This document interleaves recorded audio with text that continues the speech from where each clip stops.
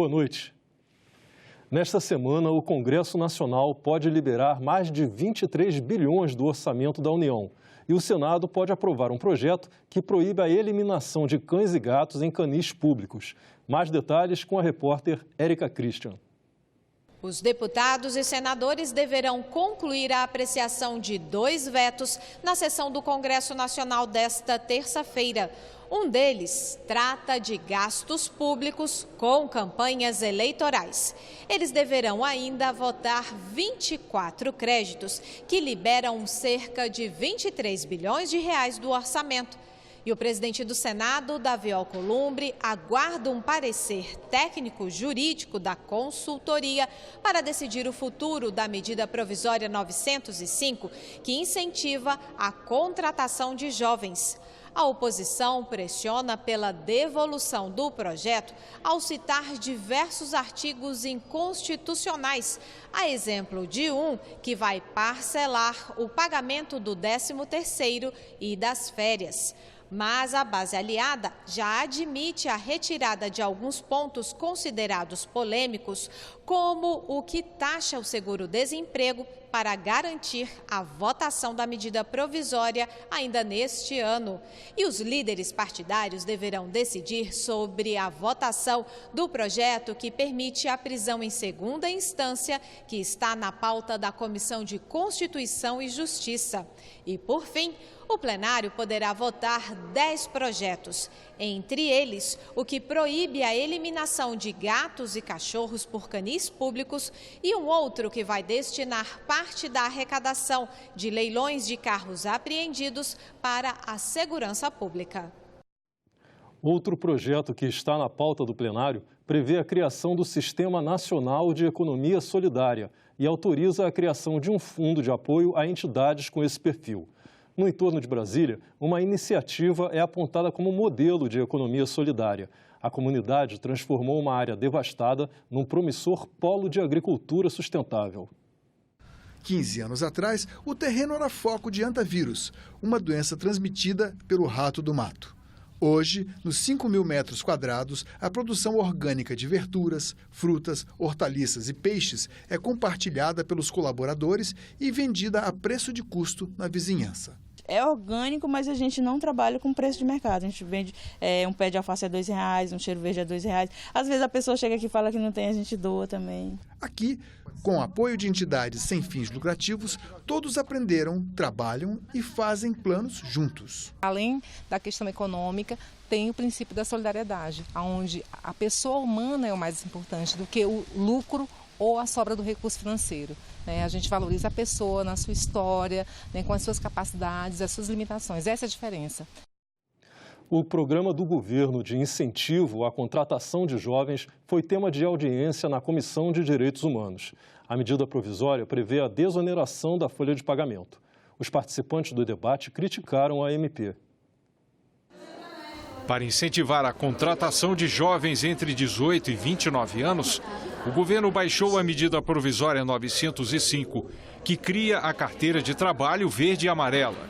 De acordo com o texto, os patrões não precisam recolher as contribuições previdenciárias. É a chamada desoneração da folha de pagamento, que foi tema da audiência pública na Comissão de Direitos Humanos nesta segunda-feira. Os participantes criticaram a proposta, lembrando a desoneração feita pelo governo Dilma em 2011. Isso acabou gerando um grande problema e é praticamente unânime a avaliação de que o resultado dessa política de desoneração da folha foi muito limitado, para dizer o mínimo, ou foi completamente ineficiente do ponto de vista do resultado, mas representou um grande gasto tributário, uma grande renúncia fiscal. Foi uma medida inócua, como aparentemente, parece ser essa MP o verde e amarelo aí. E como nós chegamos a essa conclusão, do manual de como não fazer? Primeiro, com base na própria declaração da presidente Dilma, que, numa reflexão sobre sua gestão, reconheceu de forma bastante explícita que, se ela pudesse rever uma decisão, ela teria revisto a sua opção em promover a desoneração da folha de pagamentos. Já houve em governo no passado desonerações que não geraram um emprego sequer.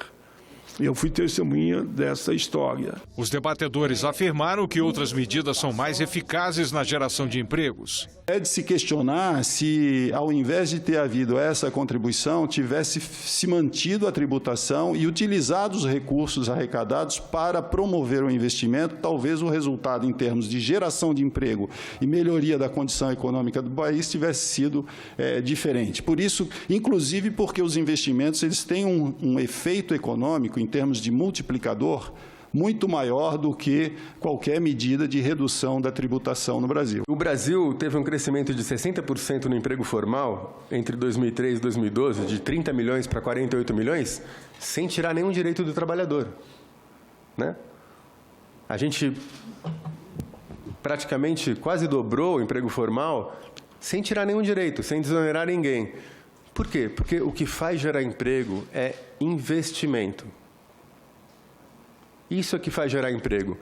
E, para ter investimento, tem que ter confiança. Na visão de vários participantes, a medida provisória realiza uma segunda reforma trabalhista e é inconstitucional. O que a gente exige, a semana passada houve uma reunião das centrais com o presidente do Senado, é a retirada imediata, a devolução para o governo, né? Nós queremos expurgar essa MP 905, que enfim, uma excrescência, né? Que atinge a democracia brasileira, atinge a Constituição e atinge o bom senso. A consultoria do Senado, mais ou menos a mesma análise que a gente faz aqui, acha que essa medida o presidente Davi Alcolumbre deveria devolver. Eu sei que já é uma demanda do movimento sindical, claro, o presidente que vai decidir, tem uma série de incompreensão, de inconstitucionalidade, de ilegalidade, é imoral, irracional e inconstitucional.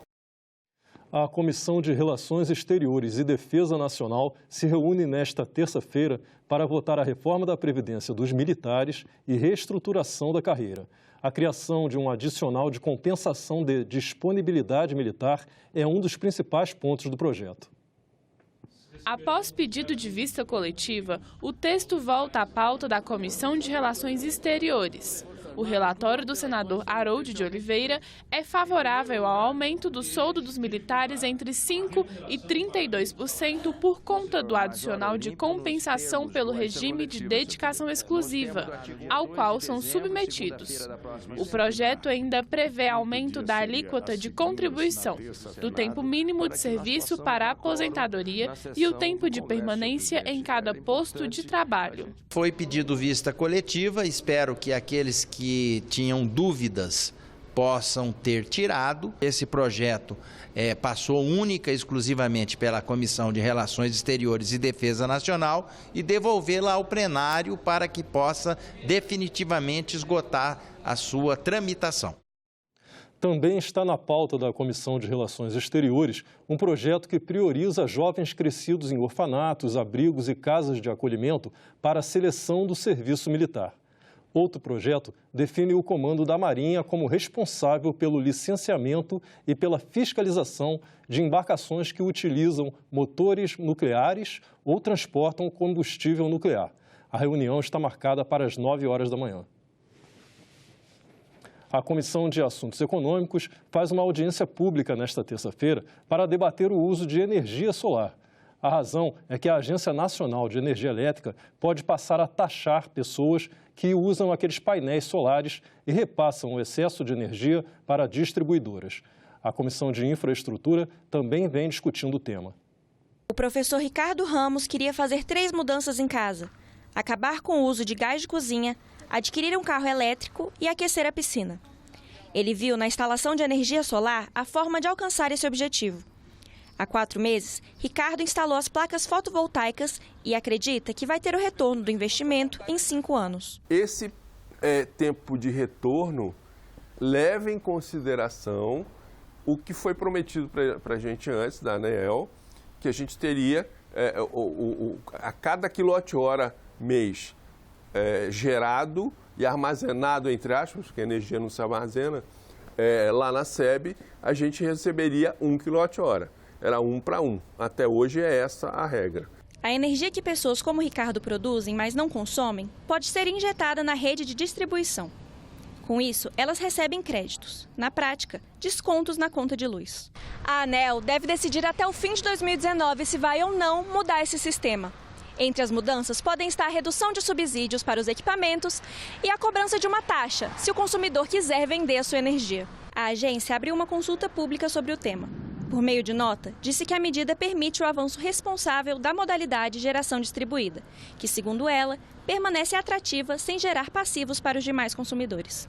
O presidente do Movimento Solar Livre considera a medida uma taxação do sol. Ele explica que isso pode causar uma cadeia de inadimplência, já que o consumidor que investiu nas placas fotovoltaicas esperava pagar as prestações com a economia que teria nas contas de energia. Agora, a pessoa mudando essa regra, ela vai ter que pagar a prestação, pagar a concessionária uma taxa que não estava prevista no fluxo de caixa. Então, há uma preocupação dos bancos públicos, principalmente, de ter uma cadeia de inadimplência. Por exemplo, as pessoas que tinham nas suas aviários, irrigação, secadores de soja, principalmente o agronegócio pode sentir muito com essa taxação. A Comissão de Infraestrutura do Senado já discutiu o tema em uma audiência pública e vai fazer mais 2. O senador Carlos Viana diz que a energia fotovoltaica é a energia do futuro e que a ANEEL precisa ouvir as preocupações da população. Nós precisamos de uma tributação que seja razoável, equilibrada e que permita o desenvolvimento de um setor que é promissor hoje em nosso país, mas que, dependendo da forma como for taxado, pode, infelizmente, perder grandes investimentos.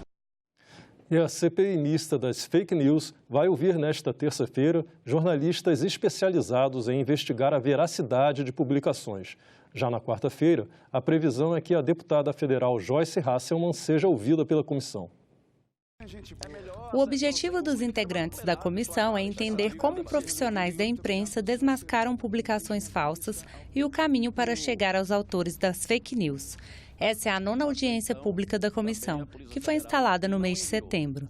O senador Nelsinho Trade comentou o papel da mídia na fiscalização de notícias falsas. É muito difícil você não ter um parlamentar, alguém na vida pública que não tenha sofrido alguma calúnia, alguma difamação através de uma notícia falsa, e eu penso que chegou o momento de nós estancarmos essa questão.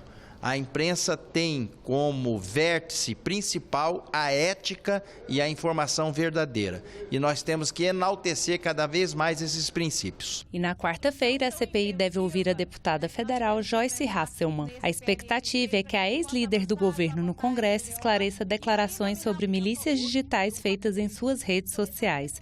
O depoimento da parlamentar estava marcado para o mês de novembro, mas a sessão acabou sendo adiada.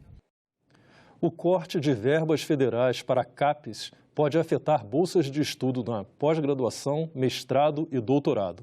Esse é o tema de uma audiência pública que a Comissão de Educação fará nesta terça-feira, às 9h30 da manhã.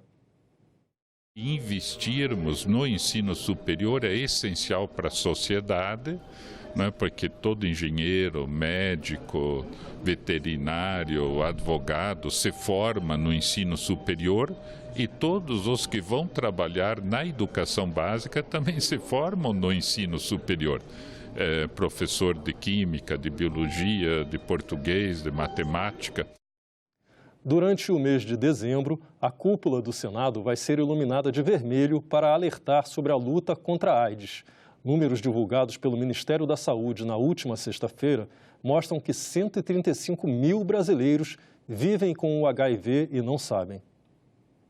O Ministério da Saúde traz uma boa notícia. O número de casos de AIDS registrados no país caiu 13,6% entre 2014 e 2018.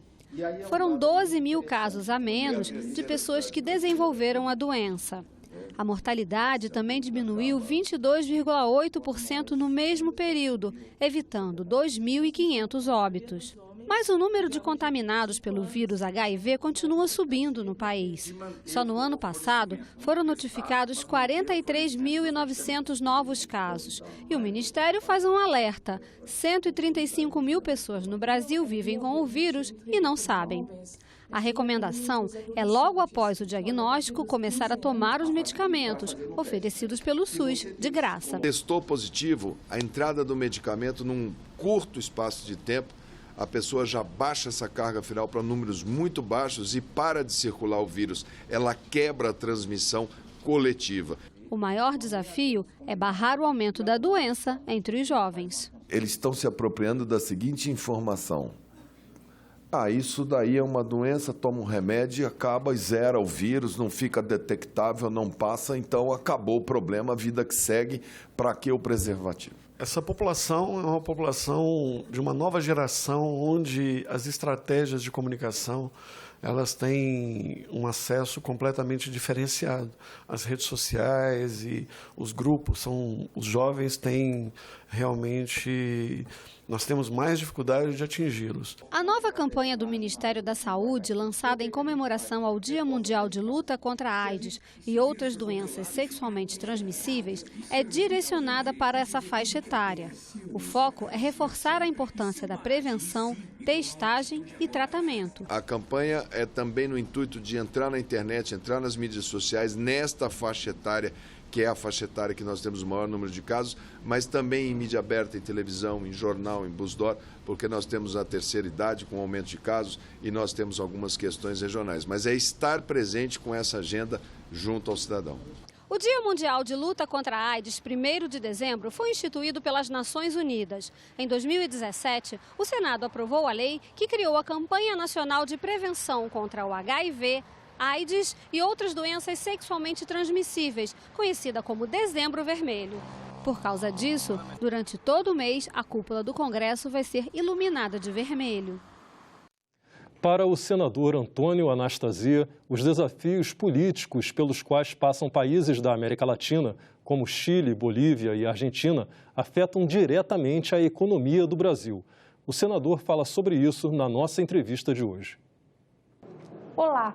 Vários países da América Latina enfrentam hoje um ambiente de instabilidade política. Que impacto isso tem para a economia brasileira e para a nossa política exterior? Sobre isso, a gente conversa com o senador Anastasia, do PSDB de Minas Gerais, que é presidente do Grupo Brasileiro do Parlatino. O Parlatino é o parlamento que reúne os países latino-americanos, os parlamentares de vários desses países, para discutir essas questões. Senador, muito obrigado por conversar com a gente. O senhor também é vice-presidente aqui do Senado e muitas vezes está representando o Senado, sentado na cadeira de presidente. Então, sua avaliação sobre o cenário político hoje, para nós, é muito importante, muito pujante. Como é que o senhor vê esse ambiente? Porque nós estamos vendo Chile há 40 dias com o ambiente convulsionado, eleições no Uruguai e na Argentina em que o viés político parece ter mudado de direção a partir da decisão das urnas, Equador, Peru, enfim. É um ambiente que nos deixa todos um pouco preocupados. E o senhor?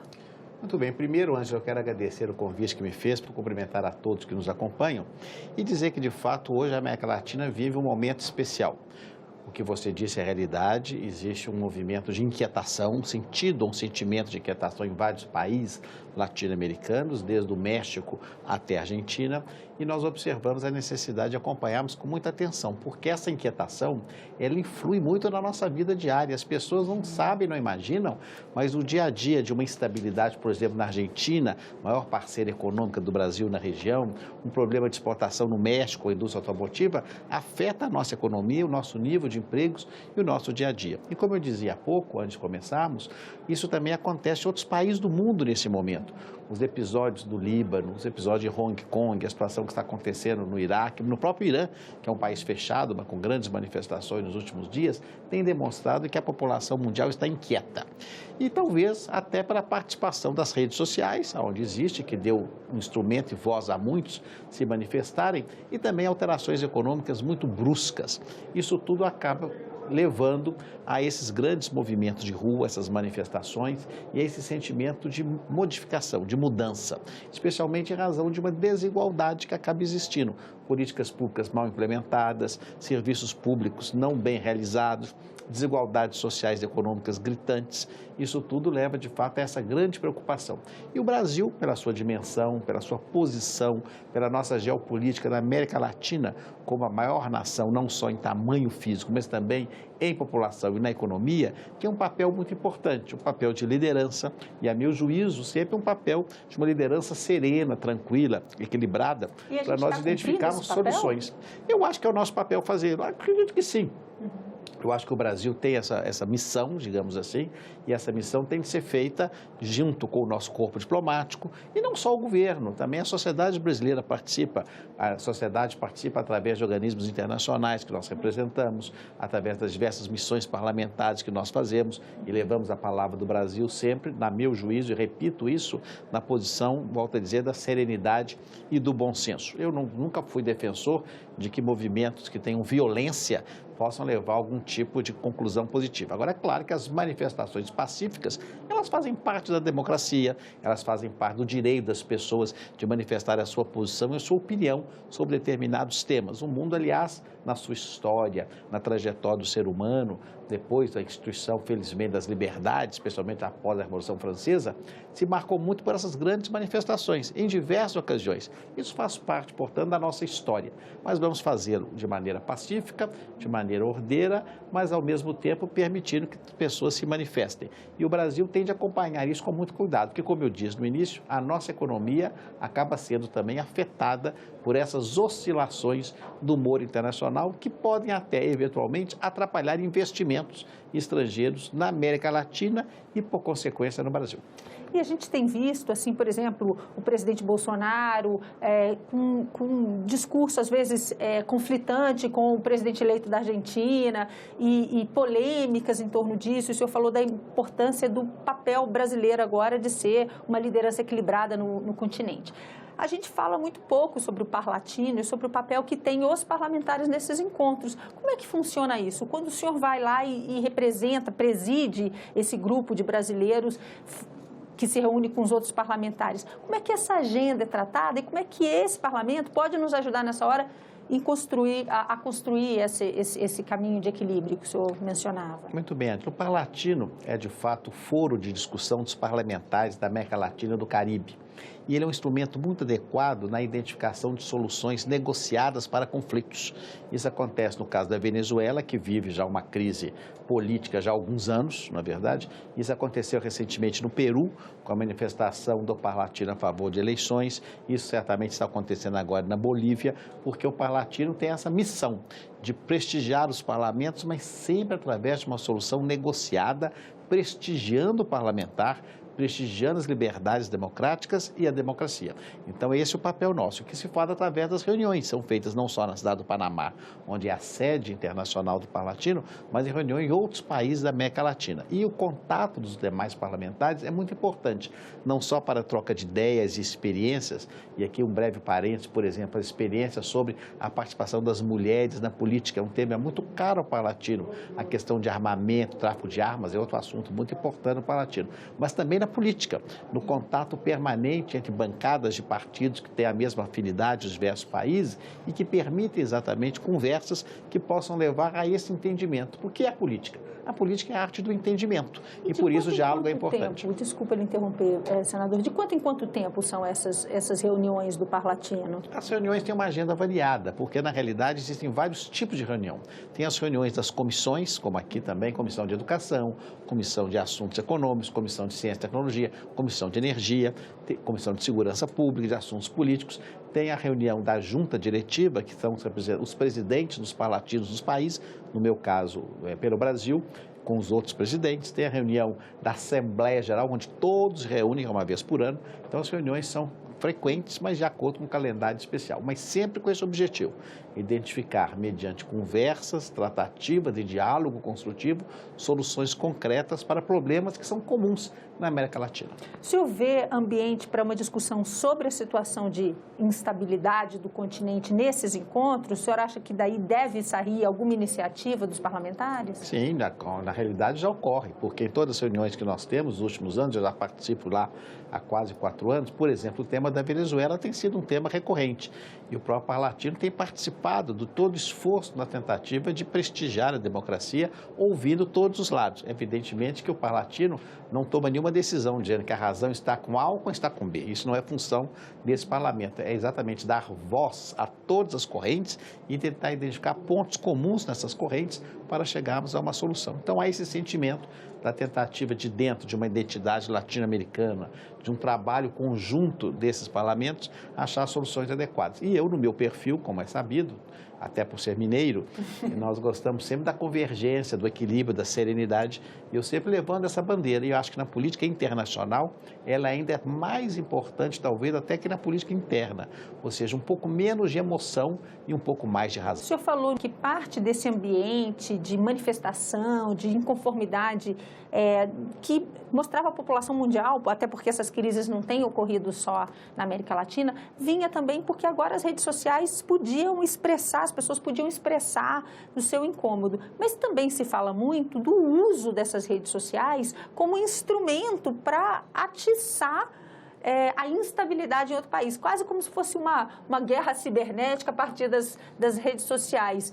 E aí tem todas as teorias das pessoas de direita, mencionando o Foro de São Paulo como um movimento de esquerda, e aí vice-versa. Se houver essa discussão, como hoje, porque ela também, rede social, é além fronteira, né? Eu posso estar aqui comentando a situação na Venezuela ou no Chile. Como lidar com esse desafio?